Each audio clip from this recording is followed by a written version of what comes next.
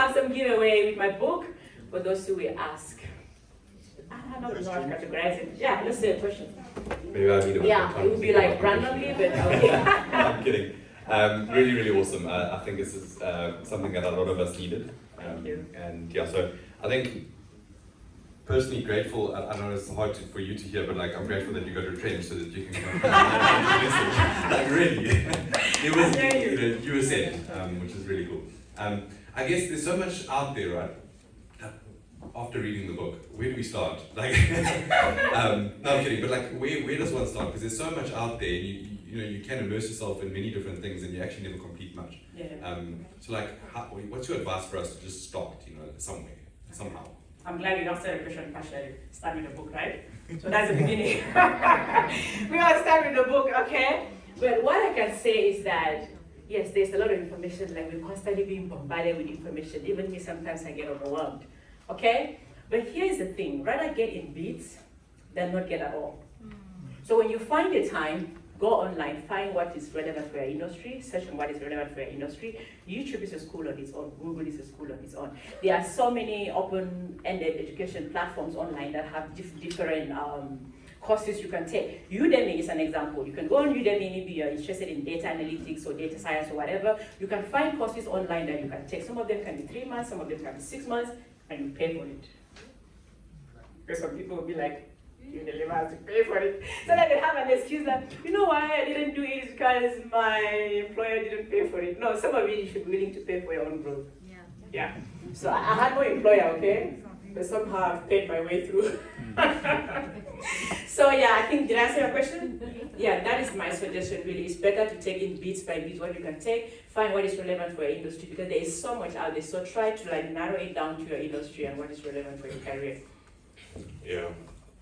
I think I have one. Can I see? Okay, from there, all right. Okay, cool. I think, yeah, you made some very, very, very great points.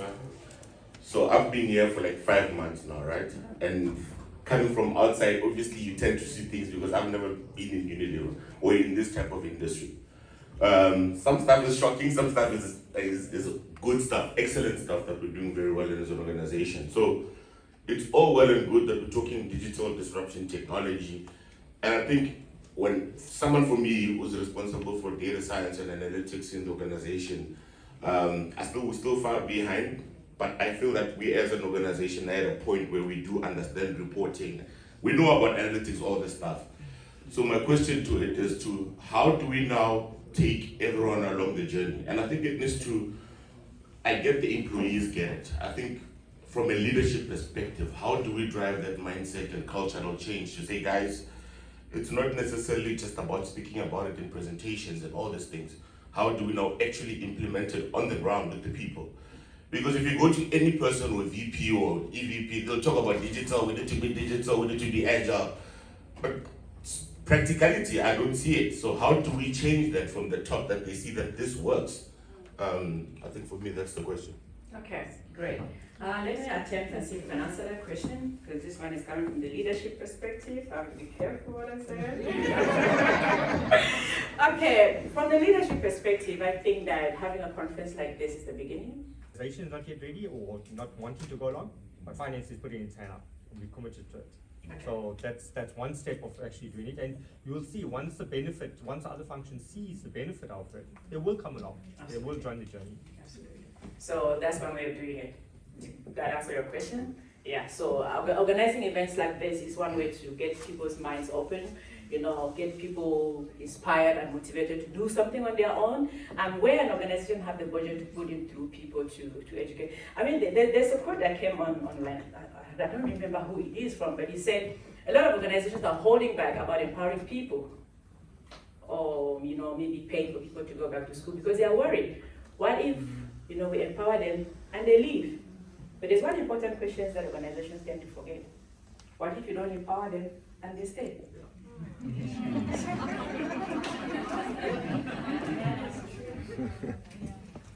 Okay, we've got a question in Johannesburg. Okay. Serrano, you can go and ask your question.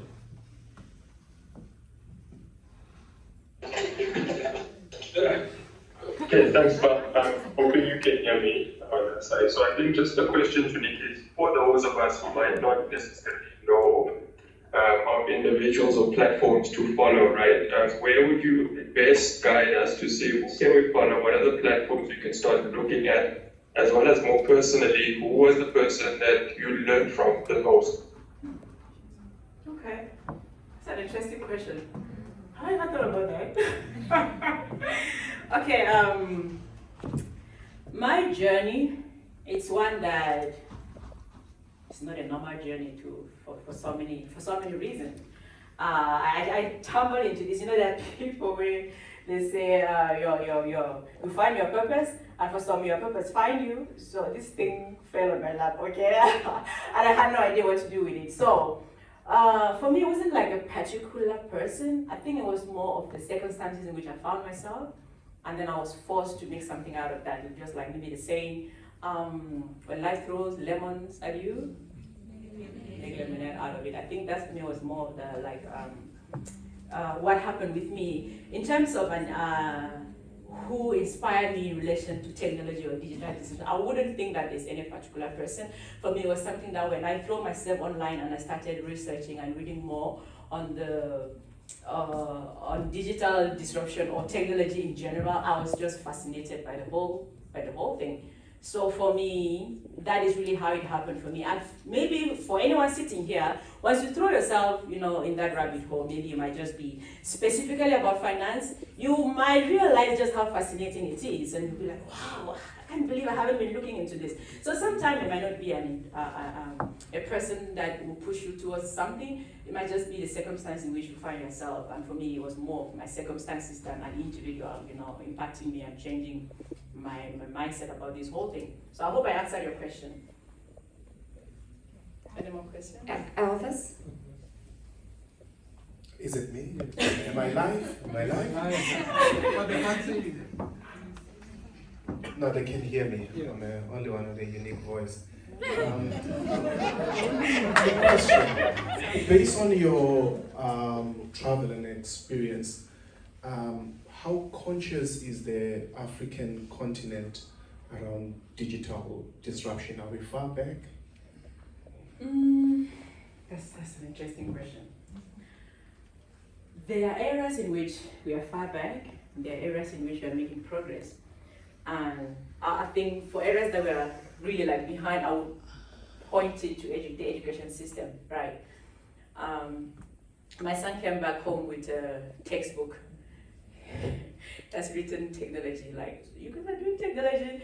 Okay, this boy, they don't have any computer lab in their school, but there's a textbook called technology. So I decided to go through what this textbook is about, and all I could see were like some really old buildings, bridges. Like, I saw no images of a laptop or a computer or a lab or any of that thing in nature, right? So, and then he himself was laughing and telling me, Mommy, I think this is from the second industrial revolution. So what the school, well, maybe not for every school, all right? So I can only speak for this school. So what their school is doing, it's really, you find that what they're teaching the kids in relation to technology is not what is happening in the real world. So that is one way in which Africa as a continent is behind, in my opinion. We are not exposing our kids to the skills of the future or to relevant things that will help them in future. I had to sign up my kids for coding classes, which is like an extra class out of school. And most of the time when they are telling their friends in school that they are going for coding classes, most of the friends are, what is coding? What is coding? I mean, that is how far behind we are in that area. Okay, but then in other areas, I think we are making progress in terms of we see the way Africa is rising in relation to different startups, that are rising out of the continent. You can think of Africa introduced mobile money to the rest of the world.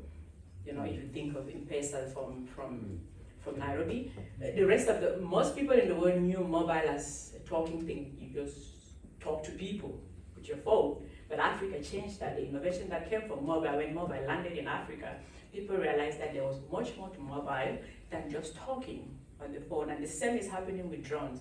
When I went to Rwanda, I actually went to the drone airport in Rwanda, and I was blown away with what they're doing with drones. In other parts of the world, drones is for taking pictures and recording movies and things like that. But when that innovation came to Africa, in Rwanda. They are using it to deliver blood and medical things to different hospitals, which would take, the roads are very bad in some parts of Africa, so they're using drones to get, help to patients faster. And those are things I noticed, in Rwanda. Some of them are happening in Kenya, like I've mentioned. So those are some of the areas in which Africa is making progress. So in some parts, like really slow. In terms of infrastructure, we know how we're still struggling with internet in certain parts. So there's progress on one hand, and there is, what I mean, on the other hand. So that's what is really happening. But nonetheless, we are excited for the progress that is happening, and things are actually changing because a lot of people are really starting to question, the status quo. They want people to be more plugged on the internet. I see certain government initiatives, and I ask myself, oh my God, why don't just give these people the internet, rather than giving people money at the end of the month? I think that happened during COVID, right, where they were trying to help some people survive by giving a certain grant to people. And in my mind, I'm like, I think if these people can be provided with free access to the internet, some of them will make much more on the internet than that 350 rands that the government is giving them. So I think that in terms of infrastructure, maybe we are still going to slowly get to that place. But yeah, it is what it is. I try not to be too negative about what's happening in Africa. I try to look at the positives, and then we look at the negatives and see where we can make progress. But I pray and hope and wish that the government can really understand the power of the internet, and more people, especially in townships, can have access to the internet. Of course, there are those that will abuse it. There are those that will, just make it not have anything to do with it, but there are those that will take it and make good use of it. When I lost my job, I had no money, so I couldn't afford data. I worked, and my research was all from the library that was close to where I lived. But most of the time when I was at the library, I would see other people come in with a laptop, other kids coming with a laptop, maybe students, some my age as well. But you know what they're watching, using that free internet to do? Watching music and comedy on YouTube. So those are the ones that have no idea what to do with these resources, that some of us were really fighting to get access to make something of it. But a lot of people will sit there and just watch music videos. Go on YouTube, check music, the views on music compared to the views on finance. You know what I'm talking about. Yeah. Go on YouTube, check the views on makeup. I'm part of those views. I look at I increase those views. But when I finish learning how to make up, I also go on the other side, okay? So I used to tell ladies, don't tell me you don't know what to do. Who taught you how to make makeup? Most of us are learning online, right? And you'll be sitting and blaming the government. The government didn't do this. There was no government official that came to your doorstep and said, go online and learn how to draw your eyelashes or your brows or anything like that. So yeah. Okay, we are running out of time, so we are going to take a question in Zoom now. We're going to do 2 more questions here, guys, and I promise you, Nicky, you'll be here for lunch. You can buy a book, get her to autograph it, and ask her your questions. I also have quite a few questions. So we're crossing over to Zoom. You can come off mute. We have one more question in Joburg as well. Hi, can you hear me? Yeah. Hi, Nicky, can you hear me? Yes. My name is Jean. I'm from the Zoom Finance team. So just want to say thank you very much for your inspirational story. Everyone in the Zoom office was nodding, and all sorts of ums and ahs happening here. So we thank you for that. My question is, what was your turning point in your digital disruptive journey, even after being retrenched? What was your turning point? I think I told that part of the story at some point. My turning point for me was really when I asked myself, what next? Now that this has happened to me, what next? And when I threw myself on the internet and became really fascinated with what was happening, I just took it from there. I didn't think, like I was saying in the beginning, I did not imagine that it would put me on the path in which I am now, but I wanted to satisfy my curiosity of some sort. I wanted to understand, maybe just for the sake of knowledge, just understand what is happening, at the background, and why things are changing, the world of work is changing the way it is changing. So for me, that really became my turning point, which one thing led to another, one thing led to another, one thing led to another, and here we are today. So that was really a turning point for me when I started asking those questions. We're going to take the one from Joburg. Whoever has questions here, guys, please ask Nicky. You can go up to her and ask her. The Joburg people are not going to get a chance to ask us, so we're going to take their question, and then we are going to break for lunch.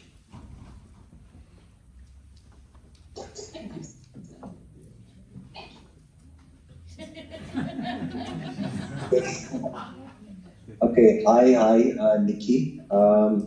So I recently joined the organization on the 1st of May, right? I come predominantly from the telecommunication sector, and I'll be driving some of the digital initiatives for finance. So I've got an industry-based question, industry-specific for FMCG. I want to know, is there any chance that you know which parts of the business would digital technologies impact the most? Will it be the consumer part, finance, governance?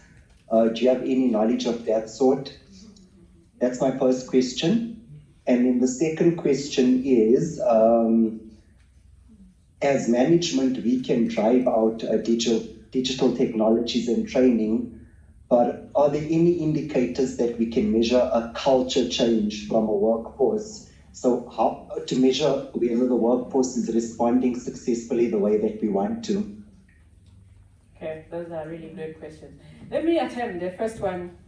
Will probably be out of my league, but this is what I can say in terms of what drives digital disruption. Is it from the consumer perspective or organizational perspective? Personally, this is my idea, okay, so take it with a grain of salt.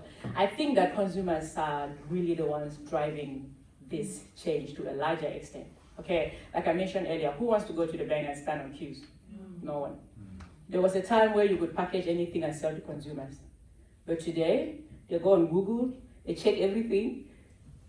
If you are not authentic, you will be found out. So that is how, like, the consumers nowadays have become very intelligent, very tech savvy, and so most of the change is really being driven by consumers. That is my opinion. I'm not sure what the experts, if the expert will agree with me on that, but that is really how I think about it. Like, us consumers are driving most of the change. We want things now, we want things to be happening a certain way.